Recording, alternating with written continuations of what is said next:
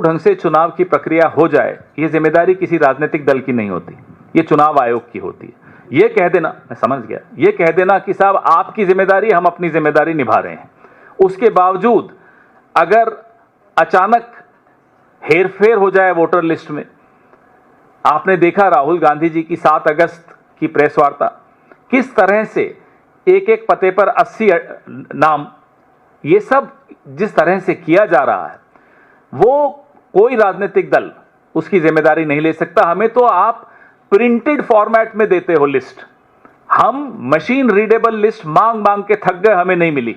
जब आप हमें लिस्ट ही नहीं दोगे तो आप क्या उम्मीद करते हो कि हम कैसे आपकी चोरी पकड़ लें? फिर भी हमने पकड़ी। अभी हमने सिर्फ एक विधानसभा क्षेत्र की चोरी पकड़ी, उसमें भी हमें 4 से 6 महीने लगे। अनुराग ठाकुर आए थे उस दिन, 6 लोकसभाओं का आंकड़ा वो कैसे ले आए? फिर आप कहते हैं साहब कांग्रेस अपनी जिम्मेदारी, अरे कांग्रेस जिम्मेदारी तब निभाए जब आप उनको वही हथियार दो जो आपने अनुराग ठाकुर को दिए हैं। हमें दीजिए ना वाराणसी का, हम तो फिर बोल रहे हैं वाराणसी के पूरी वोटर लिस्ट हमें दीजिए, इलेक्ट्रॉनिक वोटर लिस्ट दीजिए जो आपने अनुराग ठाकुर को दी थी, हम बता देंगे आपने कहां कहां चोरी की है, और चोरी होने भी नहीं देंगे। फिर पहले यही आपने चूंकि इंडिया गठबंधन की बात करी, लेकिन अगर इसी SIR के मुद्दे पर भी लाइक माइंडेड दूसरी पार्टियां जो कि इंडिया गठबंधन का हिस्सा नहीं है, स्पेसिफिकली अगर प्रशांत किशोर की बात करें, उन्होंने भी बिहार में लंबी यात्रा निकाली, SIR के मुद्दे पर भी वो मुखर स्वर रख रहे हैं, तो क्या ऐसे लोगों को भी इस यात्रा के जरिए स्पेस दिया जाएगा? भाई आप अपना अपना काम करिए, ये क्या मतलब है कि इस यात्रा के जरिए स्पेस दिया जाएगा? जिसको जो रास्ता अख्तियार करना है वो अख्तियार करे, और कोई आमंत्रण दिया जाता है, देश के लोगों के हक के लिए लड़ना है, लड़िए।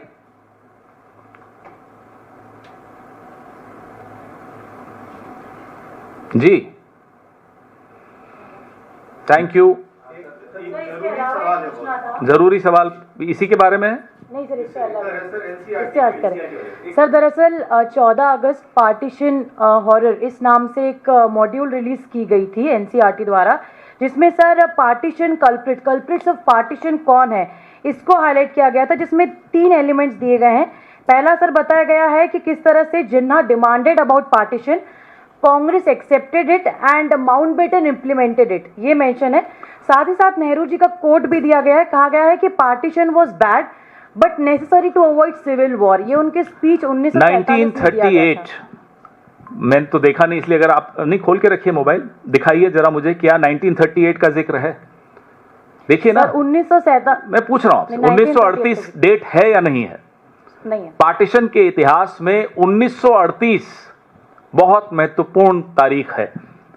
आप पूछिए क्यों है महत्वपूर्ण, तो गुजरात में साबरमती के किनारे हिंदू महासभा का राष्ट्रीय अधिवेशन हुआ था, जिसमें यह स्पष्ट तौर पे कहा गया था कि हिंदू और मुसलमान एक देश में नहीं रह सकते। 1938। आइए आगे, 1940 क्या यह है मॉड्यूल में? 1940 में इसी जुगलबंदी को आगे बढ़ाते हुए लाहौर अधिवेशन में, मुस्लिम लीग के लाहौर अधिवेशन में जिन्ना ने यही बात दोहराई थी। 1938 में सबसे पहले हिंदू महासभा ने यह बात रखी थी, 1940 में जिन्ना ने वो बात दोहराई थी। अब आइए 1942 में, मैं दावे के साथ कह सकता हूं कि यह तारीख भी नहीं लिखी होगी, है क्या? 1942 में क्या हुआ था, ये लिखा है। अलायंस की सरकार बनी थी, लिखा है। हिंदू महासभा और मुस्लिम लीग की सरकार बनी थी। जब भारत छोड़ो आंदोलन का आह्वान हुआ, कांग्रेस ने तमाम प्रोविंशियल असेंबली से इस्तीफा दिया सड़क पर उतरने के लिए।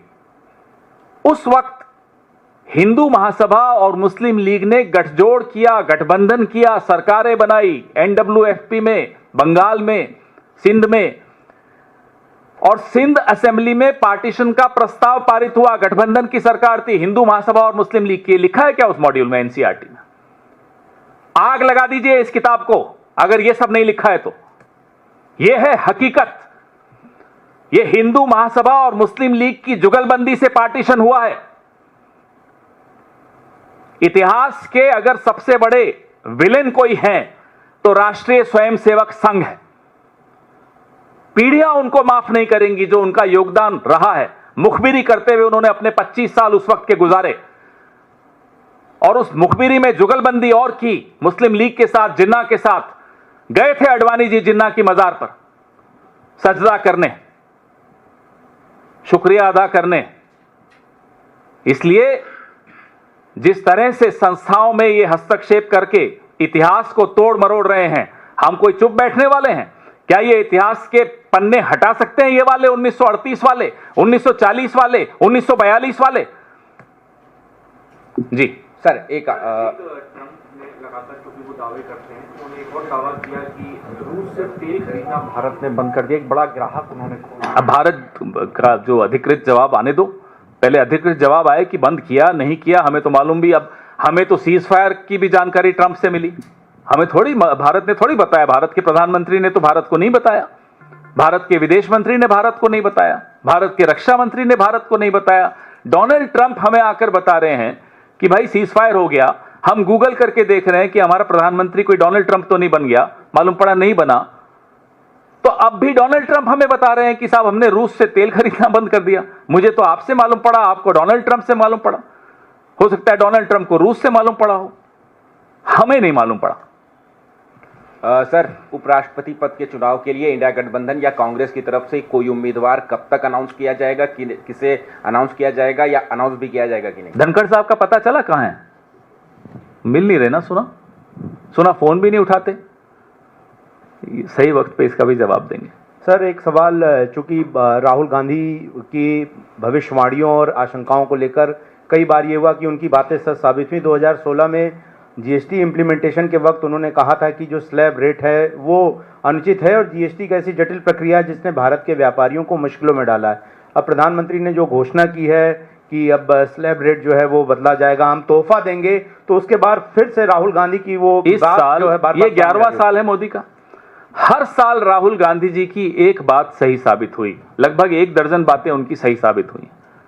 प्रधानमंत्री मोदी हैं, सलाह राहुल गांधी की चलती है, प्रेडिक्शन राहुल गांधी की सही साबित होती है। ये किस तरह की सरकार चला रहे हो? और अब इतने दबाव में आ गए हैं कि अब राहुल गांधी जी जो कहेंगे, कांग्रेस पार्टी जो कहेगी, विपक्ष जो कहेगा, ये लागू करेंगे। इतने हिले हुए हैं ये लोग आज की तारीख, क्योंकि इनकी चोरी रंगे हाथों ये पकड़े गए। विदेश नीति में फ्लॉप, आंतरिक सुरक्षा में फ्लॉप, अर्थव्यवस्था में फ्लॉप, सरेआम। मैं देश की बेइज्जती नहीं मानता, क्योंकि देश को इन्होंने अपने आप से अलग रखा है, अपनी छवि को ही निखारते रहे। ये पूरे विश्व में भारत के प्रधानमंत्री की छवि मिट्टी में मिल चुकी है।